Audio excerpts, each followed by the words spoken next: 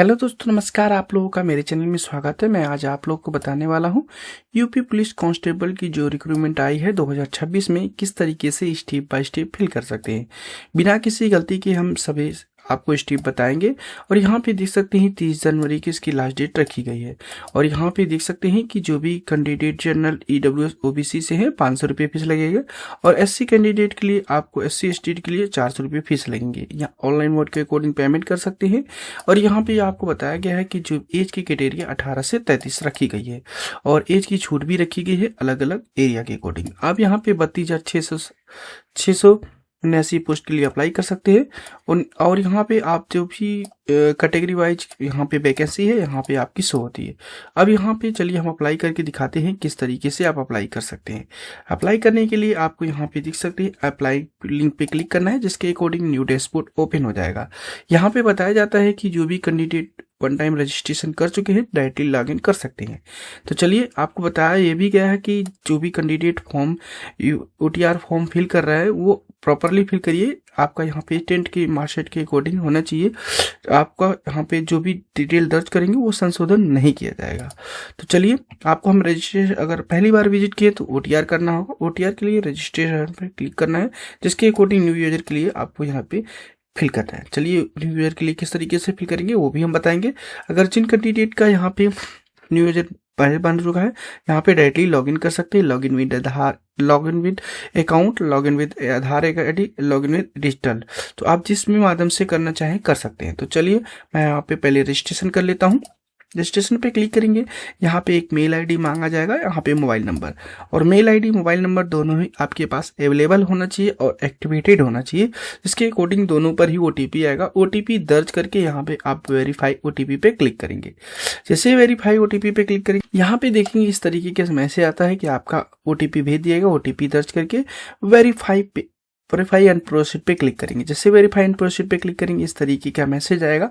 आपको यहाँ पे कंफर्म दैट पे क्लिक करेंगे कि आपका जो भी उम्र है 18 साल हो चुकी है और आपको यहाँ पे वेरिफिकेशन करना है। वेरिफिकेशन करने के लिए आपको यहाँ पे देख सकते हैं वेरिफिकेशन यहाँ पे आधार पे क्लिक कर सकते हैं, डिजी लॉकर पे, या आप यहाँ पे देख सकते हैं तीसरे वाले पॉइंट आपके अकॉर्डिंग ना तो डिजी लॉकर है ना तो आधार है। तो चलिए मेरे अकॉर्डिंग मैं अपने आधार से ही क्लिक कर लेता हूँ। वेरिफिकेशन थ्रू आधार पे क्लिक करते हैं, जिसके अकॉर्डिंग यहाँ पे आधार नंबर डालते हैं और जनरेट OTP पे क्लिक करेंगे।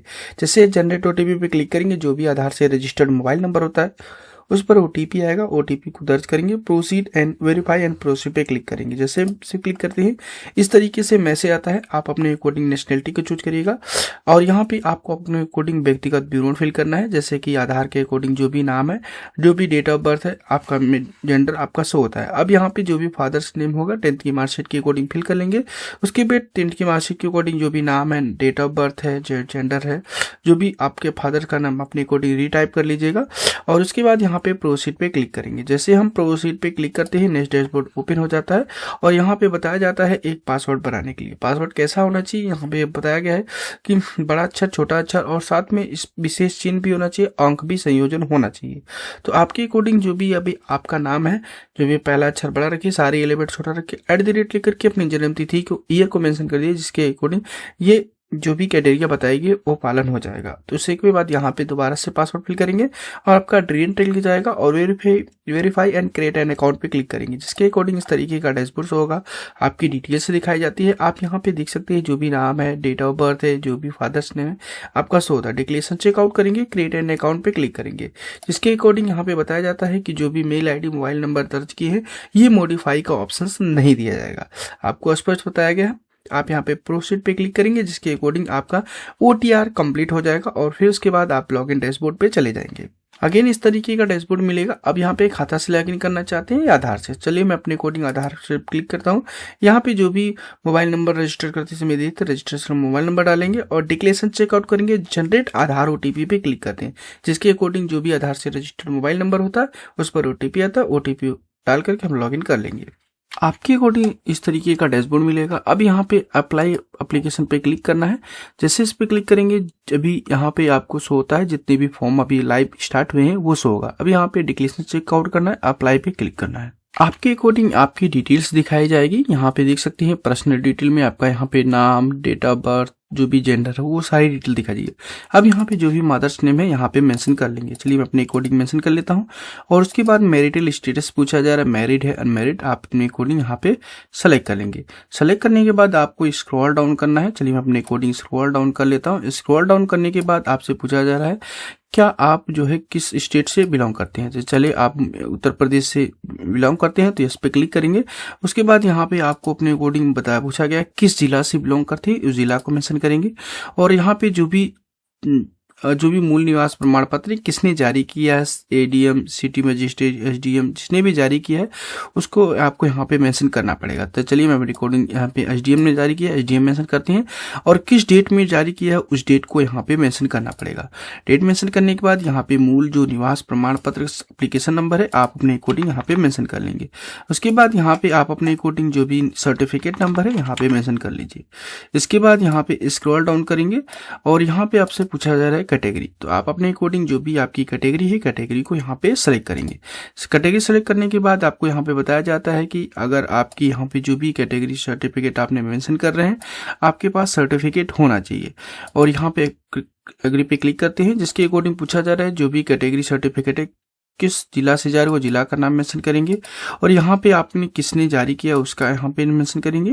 किस डेट में जारी हुआ डेट को मेंशन करेंगे। और यहाँ पे आपको यहाँ पे कैटेगरी जो सर्टिफिकेट है मेंशन करना पड़ेगा।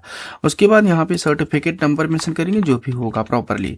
उसके बाद यहाँ पे आप स्क्रॉल डाउन करेंगे। आपसे पूछा जा रहा है किस स्टेट से आप बिलोंग करते हैं, स्टेट का नाम मेंशन करेंगे। और किस जिला से आप बिलोंग करते हैं, जिला को मेंशन करेंगे। आप अपने अकॉर्डिंग यहाँ पे पत्राचार में जो भी विलेज एंड पोस्ट है आप एक साथ मेंशन कर सकते हैं। चलिए मैं अपने अकॉर्डिंग यहाँ पे विलेज एंड पोस्ट एक साथ मेंशन कर लेता हूँ। पोस्ट को मेंशन कर लेते हैं और अपने अकॉर्डिंग अलग अलग है तो यहाँ पे मेंशन करेंगे, अलग अलग कर सकते हैं। तो मेरे अकॉर्डिंग यहाँ पे मैं थाना को मेंशन कर लेता हूँ। और जो भी यहाँ पे एरिया का पिन कोड है यहाँ पे प्रॉपरली मेंशन करेंगे। चलिए मेरे अकॉर्डिंग यहाँ पे जो भी थाना का पिन कोड है मेंशन कर लेता हूँ।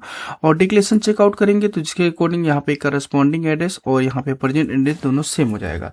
उसके बाद जो भी स्टेट लगता है स्टेट मेंशन करेंगे। आपके अकॉर्डिंग जो भी जिला है जिला को मेंशन करिएगा और नेक्स्ट पे क्लिक करेंगे। जैसे नेक्स्ट पे क्लिक करेंगे आपके अकॉर्डिंग जो भी अभी तक फॉर्म फिल किए होते नो फिल किए थे तो नो आपका ऑटोमेटिकली आ जाता है। बाई चांस नहीं आता है तो आपको अपने अकॉर्डिंग यहाँ पे फिल करना है। फ्रीडम फाइटर कैंडिडेट है यस नो, भूतपूर्व सैनिक है यस नो, अपने अकॉर्डिंग आप अपने अकॉर्डिंग एम्प्लॉय अधिकारी है अपने अकॉर्डिंग यस नो, होमगार्ड में आपने 3 वर्ष की सेवा की है यस नो अपने अकॉर्डिंग।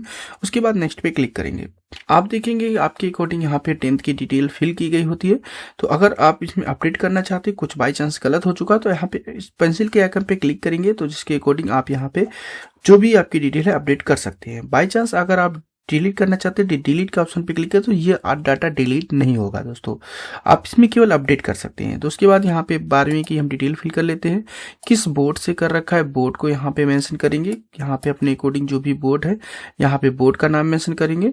चलिए मैं अपने अकॉर्डिंग यहाँ पे बोर्ड को सिलेक्ट कर लेता हूँ। बोर्ड को सिलेक्ट करने के बाद आपने किस डेट में आपकी सर्टिफिकेट इशू हुई है आप अपने अकॉर्डिंग सर्टिफिकेट जो भी जिस भी डेट में इशू हुई है इस डेट को मेंशन करेंगे। और यहाँ पे जो भी रोल नंबर है रोल नंबर मेंशन करेंगे। उसके बाद यहाँ पे जो भी सर्टिफिकेट नंबर है सर्टिफिकेट नंबर मेंशन कर लेंगे। उसके बाद ऐड पे क्लिक करेंगे। जैसे ऐड पे क्लिक करेंगे जो भी आपके 10th और 12वीं की डिटेल है आपका अपडेट हो जाएगा। उसके बाद नेक्स्ट पे क्लिक करेंगे। जैसे नेक्स्ट पे क्लिक करेंगे तो आपके अकॉर्डिंग यहाँ पे देख सकते हैं फोटो अपलोड करना है और यहाँ पे आपको कास्ट सर्टिफिकेट अपलोड करना है, डोमिसाइल सर्टिफिकेट अपलोड करना है, 10th की सर्टिफिकेट अपलोड करना है, 10th की मार्कशीट अपलोड करना है और 12th की आपको सर्टिफिकेट 12th की यहाँ पे मार्कशीट। एक चीज़ और बता दें यहाँ पे आपको बताया जाता है कि आपको जो भी आप डिटेल अपलोड करें वो प्रॉपरली जो है इस तरीके से अपलोड करें, क्लियर होना चाहिए क्योंकि प्रिंट आउट लेने के बाद साफ नहीं दिखेगा तो आप यहाँ पे स्वीकार नहीं किए जाएंगे। आपको स्पष्ट बताया गया। आपको ये भी बताया गया है यदि अंक प्रमाण पत्र और यहाँ पे जो भी आपका सर्टिफिकेट है अलग अलग है तो अलग अलग तालिका में ही अपलोड करें, दोनों एक ही में ना अपलोड करें नहीं तो आपका जो फॉर्म है रिजेक्ट कर दिया जाएगा। और यहाँ पे ये भी बताया गया है यदि अभिलेख के अकॉर्डिंग दोनों सेम है तो सेम जैसे कि अंक प्रमाण पत्र और जो भी आपके सर्टिफिकेट है तो दोनों एक ही, दोनों अलग अलग में अलग अलग नहीं सेम अपलोड करेंगे।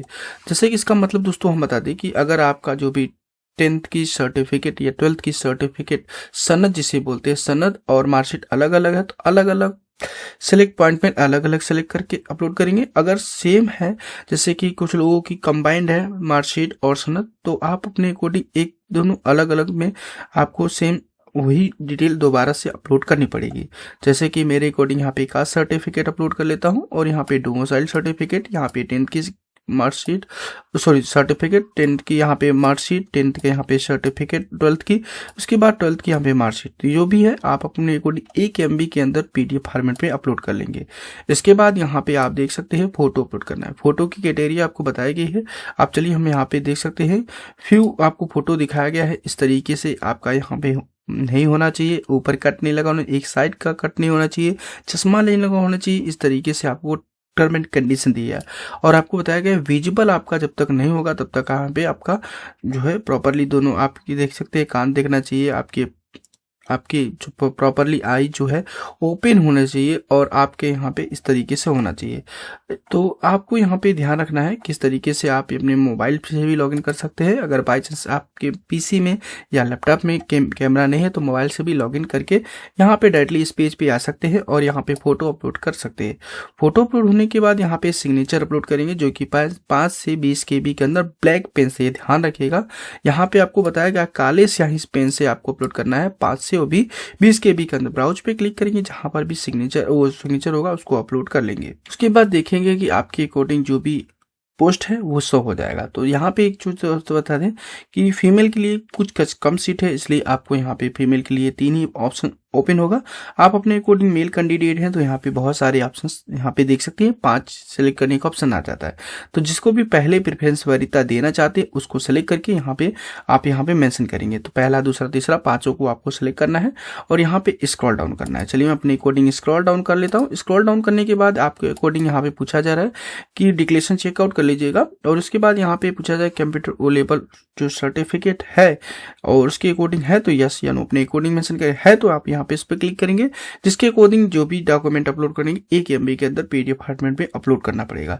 चलिए आपके अकॉर्डिंग प्रादेशिक सेना में सेवा दी है, यस या नो अपने अकॉर्डिंग है तो मेंशन करेंगे, नहीं तो नो पे क्लिक कर देंगे। अगर है तो उसके अकॉर्डिंग आपको यहाँ पे सर्टिफिकेट भी अपलोड करना पड़ेगा। राष्ट्रीय NCC सर्टिफिकेट आपके पास बी के अकॉर्डिंग है तो यस या नो अपने अकॉर्डिंग मेंशन करेंगे। उसके बाद यहाँ पे देख सकते हैं आपके डिक्लेरेशन को चेकआउट करेंगे सभी को, घोषणा पत्र। उसके बाद एड्रेस जो यहाँ पे अतिरिक्त एडिशनल डिटेल है आपको अपने अकॉर्डिंग यहाँ पे सभी में, अगर आपके ऊपर किसी प्रकार का कार्रवाई नहीं हुआ है तो यहाँ पे यस पे क्लिक करेंगे।